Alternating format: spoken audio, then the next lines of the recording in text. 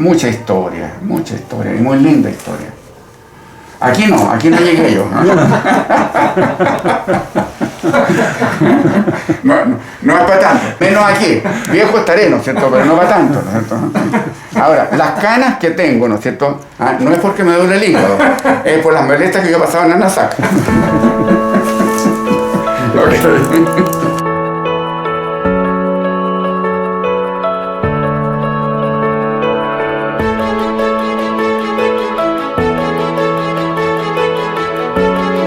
Había pandemia financiera muy importante cuando los que compraron Anasac se enfrentaron en una situación financiera difícil en la crisis del año 81. Las pérdidas habían sido superiores a los 2.000 millones de pesos el año 82. Los NUN habían comprado una empresa que técnicamente, ¿no es cierto?, estaba en quiebra. La planta San Nicolás era una planta que había sido para cualquier cosa menos para producir agroquímicos. Entonces, bueno, nos dijeron, ahí tienen, háganlo, ¿no es cierto? Es responsabilidad de ustedes. Bueno, y lo hicimos.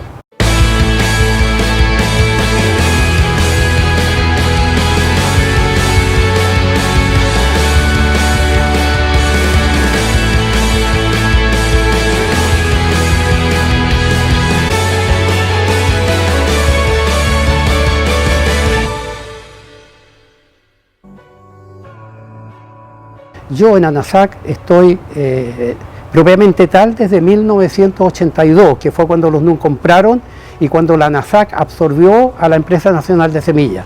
Pero realmente en el grupo productor de semillas, en la empresa productora de semillas, estoy realmente del año 1968. Que la gente podrá decir que tiene que ver la Empresa Nacional de Semillas con Anasac. A fines de los 60, el 68, que fue la época en que yo me vine a Santiago, ciertas instituciones ligadas al gobierno creyeron que Chile tenía características distintas al resto del mundo para poder producir semillas. Chile tenía un verano caluroso, sin lluvia, ¿no es cierto? Estaba situado en el hemisferio sur, no tenía enfermedades cuarentenarias ni plagas cuarentenarias, lo que lo hacía un buen abastecedor de este tipo de materias primas para la agricultura mundial. Por lo tanto, decidieron formar esta empresa que se llamó Empresa Nacional de Semillas y cuyos socios en una primera instancia fueron el Banco del Estado, la Corfo e INTAP.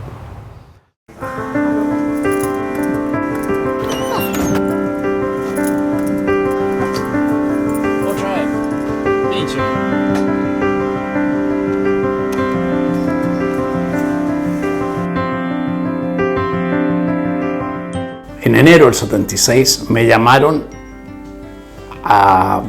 por la SNA, dos personas que yo conozco en la SNA, para que les hiciera un estudio sobre Anasac.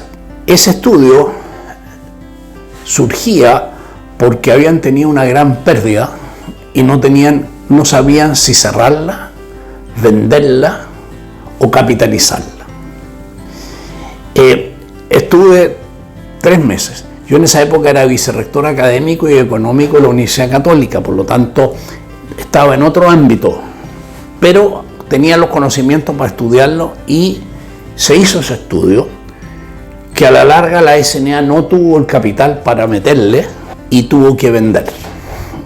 Y la venta fue hacia el grupo Salita Sara al precio que yo, sin saberlo, sugería como precio de valor de la compañía, que tanto los vendedores como compradores coincidieron en esa cifra.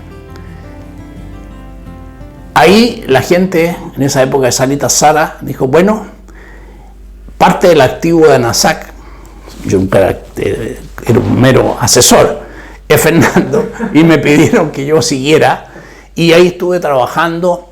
Nos dieron al principio condiciones financieras y mejoramos, y unimos las dos compañías, pero no estaban en condiciones financieras de realmente darnos los medios que nos permitiera desarrollar esta fusión de Anasac con la Empresa Nacional de Semillas.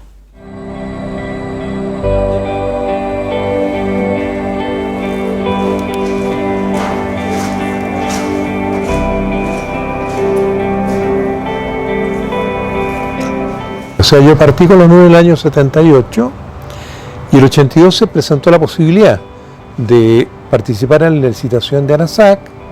Nosotros en esos años requeríamos canales de distribución para toda la parte fertilizante. Así que a mí me tocó hacer el estudio, me tocó hacer el proyecto y empezamos a participar en la licitación propiamente tal, tipo octubre del 82. Y bueno, conversé con don José y don José llega un día a mi oficina y me dice, aquí está lo que andábamos buscando, que era la licitación de ANASAC. Que la empresa nacional de semillas funcionó, yo te digo, razonablemente bien entre el 67 que se fundó hasta el año 1976 aproximadamente. En el intertanto montamos las líneas de producción y políticamente se produjo el pronunciamiento militar. El gobierno decidió en esa época, ¿no es cierto?, que las empresas que no eran estratégicas para el país deberían ser traspasadas al sector privado. Y por supuesto que la empresa nacional de semillas no era una empresa estratégica, ni mucho menos, por lo tanto quedó en la lista de las empresas que debían pasar al Estado. Y la empezaron a desarrollar o a incentivar y la usaron también como una plataforma de crecimiento para el otro tipo de negocios que ellos tenían, que eran negocios básicamente financieros. Paralelamente, ¿no es cierto?, ANASAC, ¿no es cierto?, perteneciente a la Sociedad Nacional de Agricultura, estaba enfrentando una serie de problemas, tanto políticos como económicos. Fuera de eso, tenía un problema económico muy serio, ¿no es cierto? Se hizo un estudio, se decidió que para poder salvar la compañía había que hacer una inyección de capital importante y la SNA no estaba en condiciones de hacerlo. Por lo tanto, decidió el directorio de la SNA vender esta compañía, a la ANASAC.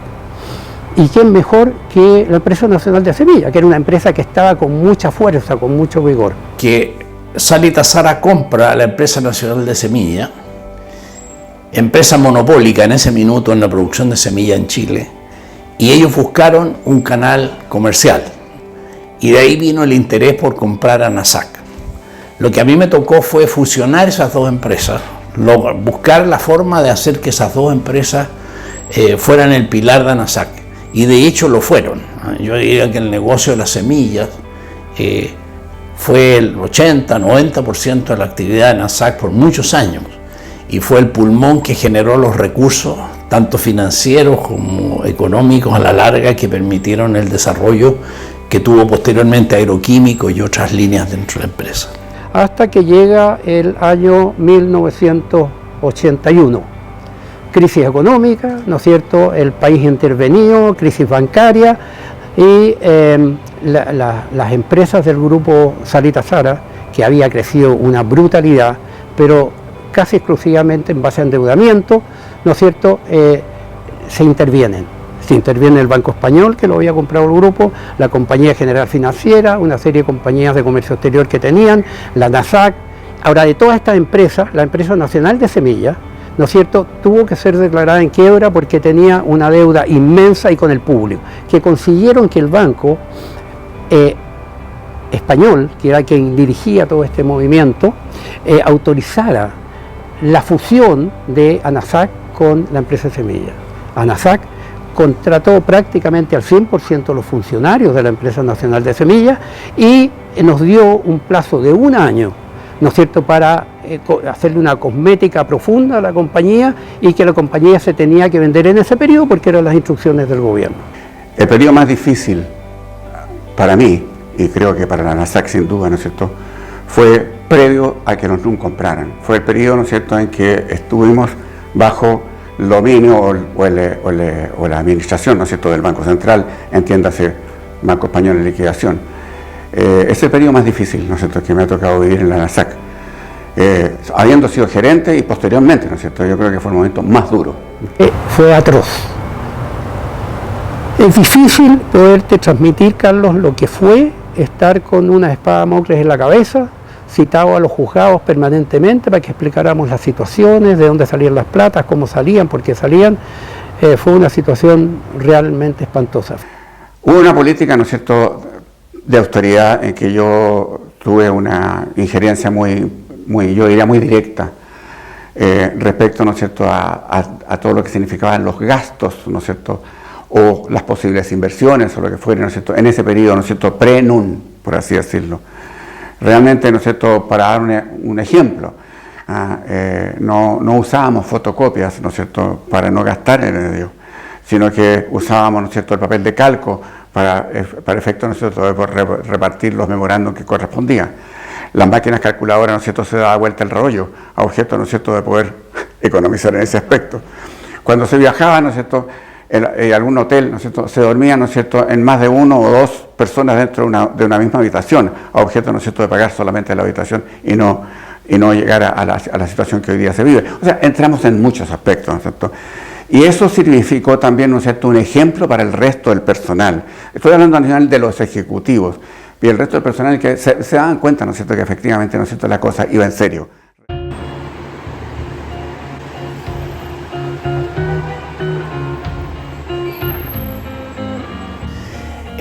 Cuando compra la familia Nun y me invitan a participar, yo partí nuevamente, pero ahora como un asesor por un tiempo, que, curiosidad, en la primera reunión, la antigua generación, la primera generación de los Nun, cuando dijimos, bueno, esta asesoría, que era part-time al principio, ir a hacer por 1, 2 o 3 meses, igual como había sido la asesoría que yo había tenido con la SNA u otras que yo daba, dijeron que esto era de por vida. Cosa que yo no supe cómo tomarlo. Al principio pensé que era una especie de broma, pero después me entendí que es parte de la cultura Nun, que si ellos quieren trabajar con alguien, lo quieren mantener por tiempo. Si ese alguien, por supuesto, les permite a ellos realmente desarrollar la empresa, que era la tarea que me dieron.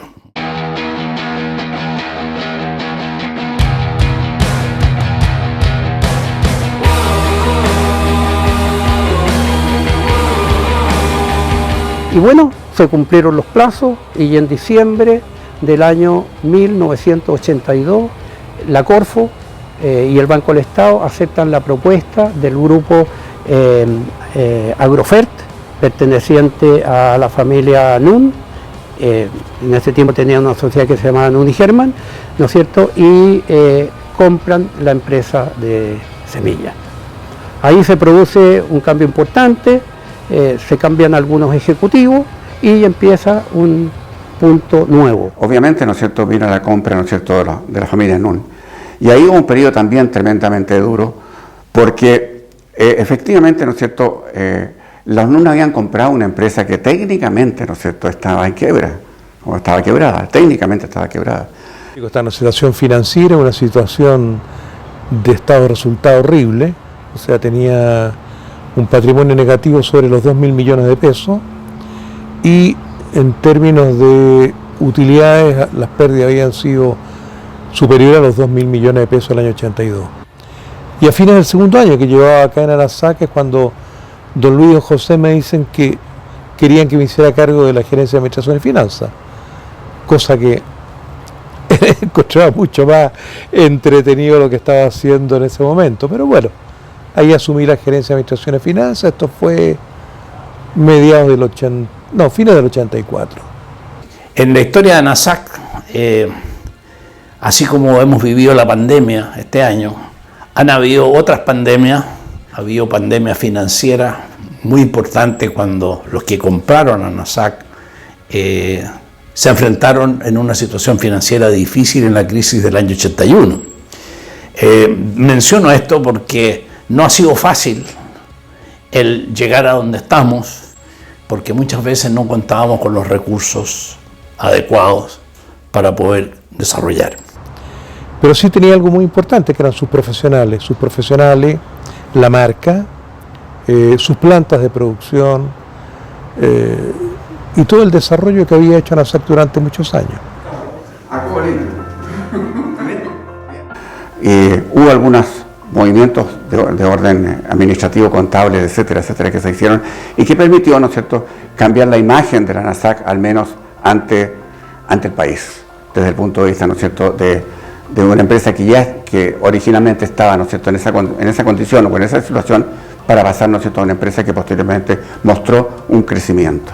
Felizmente, Los nuevos propietarios de la compañía entendieron nuestra posición, nos dieron todo tipo de facilidades, ¿no es cierto?, para que pudiéramos desarrollar eso. Y quizás lo más importante, les presentamos un proyecto de una nueva ANASAC y nos compraron el proyecto, ¿no es cierto? Y es el proyecto que fue base para lo que es la ANASAC de hoy día. ¿Qué es lo que te hizo creer en la compañía en lugar de llegar como administrador a despedir gente y destazarla y venderla por kilo? Hay una situación muy especial de una reunión que yo tuve con Jorge Prado, ministro de Agricultura, y Hernán Vigi, ministro de Hacienda. Hernán Vigi dijo, la última actividad de la agricultura, o sea, la última actividad de la economía, ¿no es cierto?, en la cual podríamos detenerla, es la agricultura. Por ende, ¿no es cierto?, estamos en crisis, estamos en una situación tremendamente difícil desde el punto de vista económico a nivel nacional como a nivel mundial, pero la agricultura sale adelante. Jorge Prado estaba plenamente de acuerdo y a mí me abrió los ojos diciendo, mira, estamos en un camino cierto. Y uno de los objetivos de la primera reunión fue que aumentáramos la exportación, porque Chile se estaba abriendo como economía y dijeron tenemos que exportar nuestra semilla. Y creo que ese fue el enfoque que nos llevó a visitar Perú, a visitar Argentina, visitar Bolivia y otros países, como también de ir a otros países a traer materias primas o nuevas variedades que permitieran desarrollar un mercado interno. Ahí vino la internalización de la empresa, digamos, para lograr un objetivo que era anhelado en ese minuto. La ENS no tenía variedades de maíz y ANASAC menos, solamente tenía de trigo. Y como el maíz era un negocio que lo desarrollaba Pioneer en esa época, me pidieron que tratara de conseguir una alternativa. Y sin duda, si uno estudiaba las cifras, DeKalb era la alternativa. Y ahí cuento una anécdota. Partía la Asociación Americana de Semillas, de Empresas de Semilla, más de 1.500 representantes, a tratar de ubicar a alguien de DeKalb, pudiendo ser otras compañías, digamos, pero DeKalb era la que a mí más me atraía. Y la suerte es la suerte en los negocios, no solo hay que tener algunas cosas, sino que también la suerte es importante. Me subí a un ascensor a las 7 de la mañana, porque soy tempranero como buen agrónomo, y había un señor al lado mío, y ese señor vi que tenía un letrero que decía DeKalb, porque yo también tenía mi letrero que decía ANASAC, y le dije que si él conocía a alguien de DeKalb en la parte internacional, me interesaría conocerlo. Y me dijo, yo creo que estás hablando con la persona indicada porque yo soy el presidente de ANASAC, de DeKalb Internacional. Me invitó a tomar desayuno, tomamos desayuno juntos, y al día siguiente tomamos un avión en común para irnos a Chicago y luego a DeKalb, donde se firma el convenio con los maíces DeKalb para Chile. Las anécdotas siguen. El auto en que íbamos, el taxi, se quemó en la autopista. Yo hice ver que se estaban prendiendo luces rojas y la persona que manejaba decía que no me preocupara, hasta que de repente ya el olor y el humo era grande, tuvimos que parar y quedamos cada uno con su maleta en una autopista, en un auto quemándose porque tampoco había extinguidor, hasta que llegaron una policía que ayudó a apagarlo, nos subió en la parte de atrás las maletas y nos fue a dejar al aeropuerto. Entonces creo que fue con fuego el inicio de DeKalb con ANASAC, la relación que hubo. Impresionante. Que los integrantes del grupo, que ya en este caso era Nuni Herman, entendieron, ¿no es cierto?, que había que continuar con una plana ejecutiva que entendiera el negocio, y si la iban a mantener tenían que creer lo que la plana ejecutiva les decía. Y dentro de lo que les dijo la plana ejecutiva es que no nos interesaba mucho el negocio de los fertilizantes, que no veíamos una gran futuro desarrollo en esa línea, pero que sí veíamos con mucho interés las semillas, que en ese tiempo tenían mucha importancia, y teníamos que desarrollar una línea de productos fitosanitarios. Ellos nos creyeron y nos dijeron, conforme, vamos adelante, y de ahí partió la construcción de esta nueva ANASAC. Pero porque en un momento determinado, ¿no es cierto?, ANASAC decidió mirar, ¿no es cierto?, al Pacífico y mirar a China, y mirar, ¿no es cierto?, el tema químico, por así plantearlo, ¿no es cierto?, de la importancia que tenía, ¿no es cierto?, para la agricultura. Los resultados están a la vista, ¿no es cierto? Vendimos la idea dentro de ANASAC y empezamos a viajar, básicamente con Fernando Martínez, a los países del Oriente. Primero fuimos a algunas empresas en Europa, pero vimos que no teníamos ninguna posibilidad de éxito. Y fuimos al Oriente, fuimos a Singapur, fuimos a Taiwán, porque no nos atrevíamos a ir a China, ¿no es cierto? Hasta que vimos que realmente la grasa estaba afuera y lo concentrado estaba en China.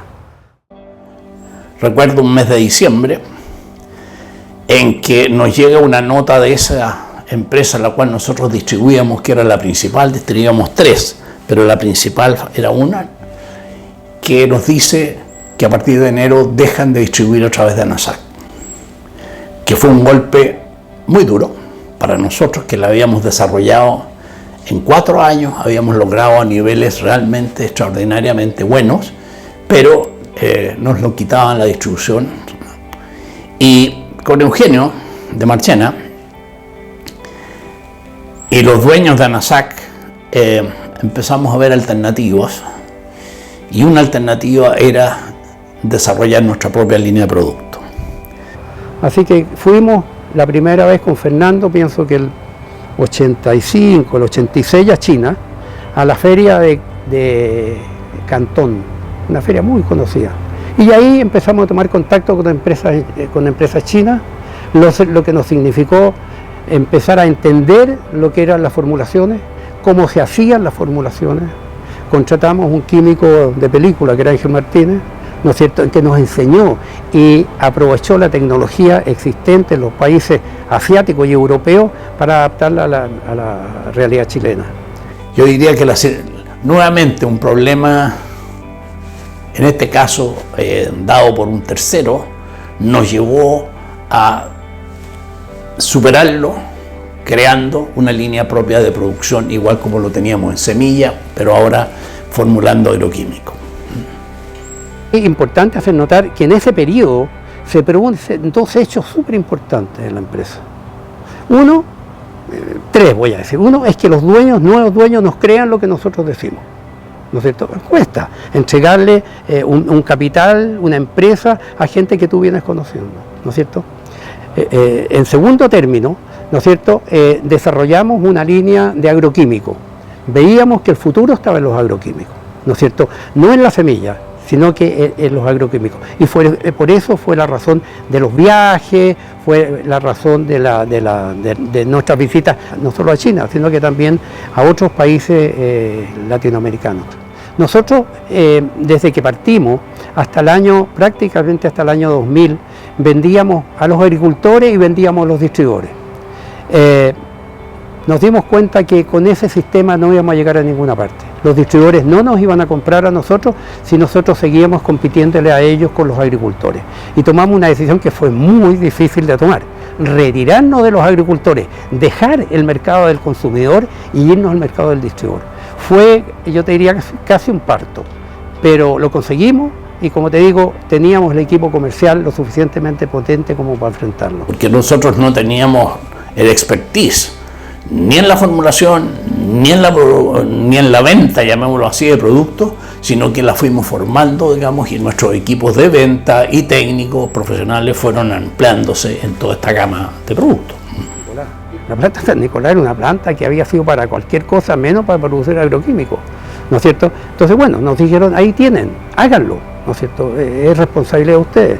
Bueno, y lo hicimos, ¿no es cierto? Una planta con 1000 pequeños problemas, una planta que contaminaba, ¿no es cierto? Y bueno, estuvimos trabajando en esa planta hasta el 2003, que fue cuando construimos la planta de Lampa. Era una compañía no más allá de 30, 40 personas. Recuerdo que en esa época teníamos jardinería, estoy hablando hace 40 años atrás.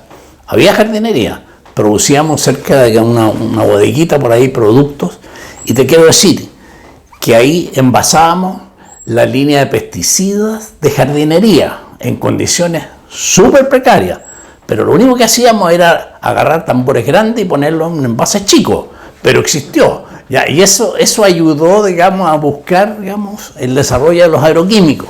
Sí, éramos distintos, Carlos, éramos 130 personas. Yo llegaba a una planta y conocía al portero, sabía cuántos chiquillos tenía, sabía los problemas que estaba sufriendo.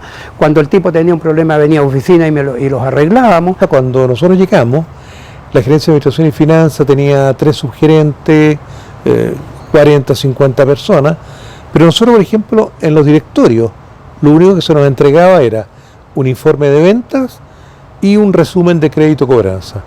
Estado de resultados, informe de rendimiento por línea, etcétera, etcétera. No teníamos absolutamente nada. Tampoco había un área de crédito, el área de recursos humanos personal en aquellos años. O sea, hubo que construir todo lo que estaba en torno a una gerencia de administración y finanzas. De que, por ejemplo, ANASAC no tenía un computador propio. Se usaba un service externo, una empresa llamada Conde, y todos los de informática, habían 10 personas, todos se paseaban con unas hojas debajo del brazo, para arriba y para abajo, y nosotros llegábamos a fines de mes, del mes siguiente, no teníamos ninguna información de cómo había sido el mes anterior, y las facturas, en esa época no había correo, no había nada, las facturas se mandaban físicamente, las facturas muchas veces se le enviaban a los distribuidores o agricultores el día 15 o el día 20 del mes siguiente.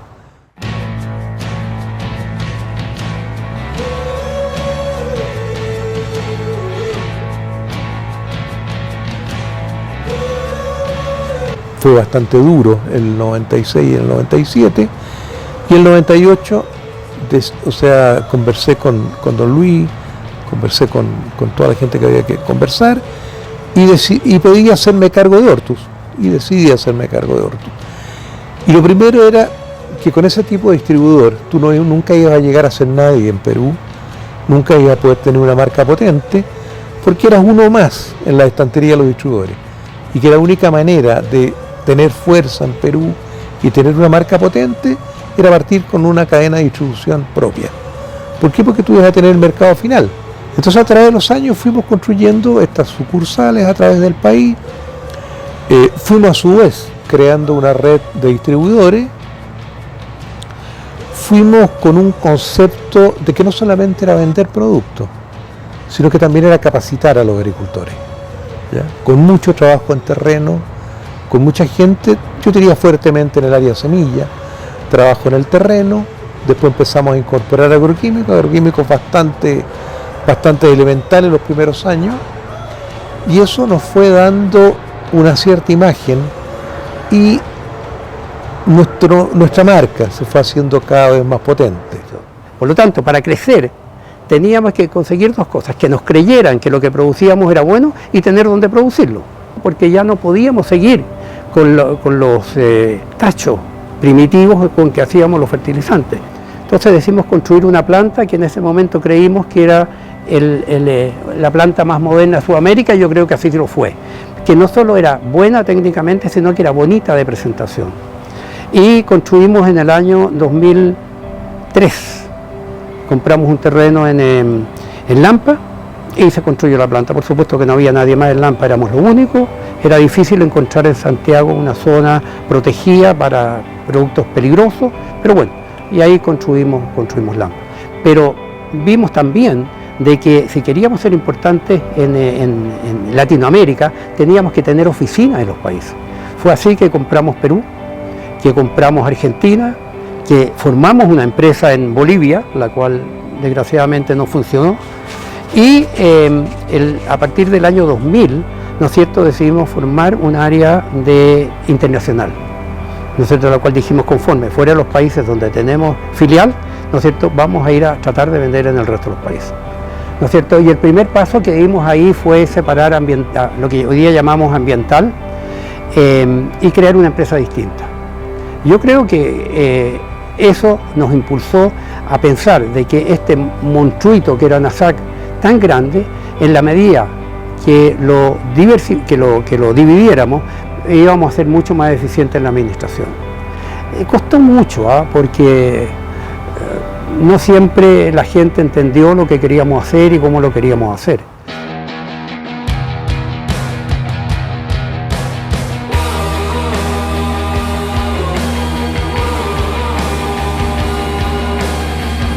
Y yo creo que otra de las razones por las cuales ANASAC creció, porque sentimos el desafío, o nos éramos capaces de crecer y imponer nuestro producto o nos moríamos. No todos los negocios que uno se ha metido en este periodo han sido buenos. Hoy día vemos los éxitos, pero también hemos tenido dolores o fracasos, como fue en Bolivia, en una empresa que se llamaba Vivaagro, como ha sido los errores a veces en la formulación de productos.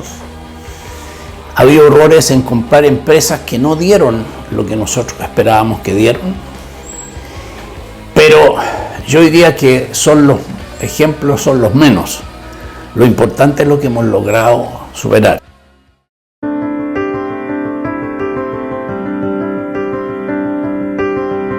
La ANASAC, donde vaya hoy día, ¿no es cierto?, tiene un prestigio altísimo, mucho más que cualquier banco, por así decirlo. Le ha dado valor a sus productos, ha dado valor a su personal, que es lo más importante, que está detrás de esos productos.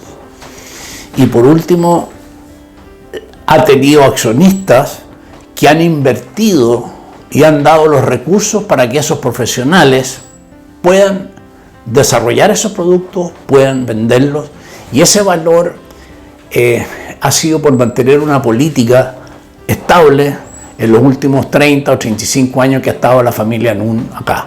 Cuando vino el tema de la pasta poda, ¿no es cierto?, ANASAC mostró su imagen, mostró su cara, mostró su filosofía, ¿no es cierto? Nadie creyó en ello, esa es la verdad. Los millones de dólares que nos costó, ¿no es cierto?, esto, nadie pensó, porque me lo han dicho la competencia a mí, jamás pensamos que ANASAC iba a salir al paso. Lo que representa ANASAC para los agricultores chilenos y lo que representa ANASAC para los distribuidores hoy en día es valiosísimo. ¿Ya? Ahí está el gran valor de la empresa, o sea, el gran valor es la cara de ANASAC, lo que significa ANASAC, el respaldo que tiene ANASAC, lo que ha hecho ANASAC por la agricultura chilena en todos estos años. O sea, yo diría que ahí está.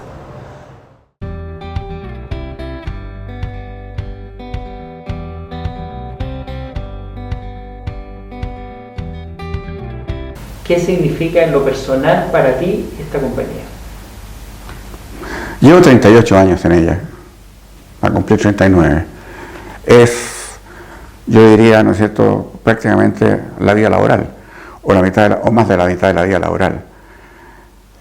Me siento un eslabón más de una cadena, o una pieza más de este tremendo puzzle, ¿no es cierto?, se puede llamar así, pero es parte de mi vida. Es mi vida. Son 38 años, ¿no es cierto?, de estar durmiéndose y despertando, ¿no es cierto?, para esta compañía. Habiendo tenido, ¿no es cierto?, altos y bajos, durísimos, pero ANASAC es mucho más que eso. Yo me siento 100% identificado, que te digo, lo que te acarrea obviamente problemas familiares, problemas de cualquier tipo, porque realmente mi enfoque fuera de mi familia, que es lo primero, es la empresa, hermano, o ha sido la empresa. Me siento feliz, contento, pleno y con una paz tremenda, una paz y un alma muy tranquila, porque di todo lo que podía dar y veo que lo que di por lo menos se refleja después de los años, así que te digo, satisfacción. Y es una decisión de la cual nunca me arrepiento. Yo ya tengo una vida que he cumplido en un sueño que para mí fue ANASAC. Para mí ANASAC, con pérdidas, como me tocó verla, como me tocó en el momento que la compra la NUN con una empresa que estaba generando pérdida. Yo le dije, yo creo en esta compañía, pero hay que dar la vuelta, y la dimos vuelta. Pero ahora hay que mantenerla. Y creo que tiene mucho más que dar. Todavía hay que mejorar, tenemos ineficiencia, tenemos muchas cosas. Siempre se pueden perfeccionar las cosas. Pero les pido que la protejan, que la cuiden, que la desarrollen. Porque creo que es un una estructura muy fuerte, pero como toda estructura se puede debilitar si no somos capaces nosotros mismos, ustedes, en potenciarla en el futuro, en llevarla hacia el futuro, en modernizarla, en no dejarla colocada en el pasado, sino viéndola y proyectándola en el futuro.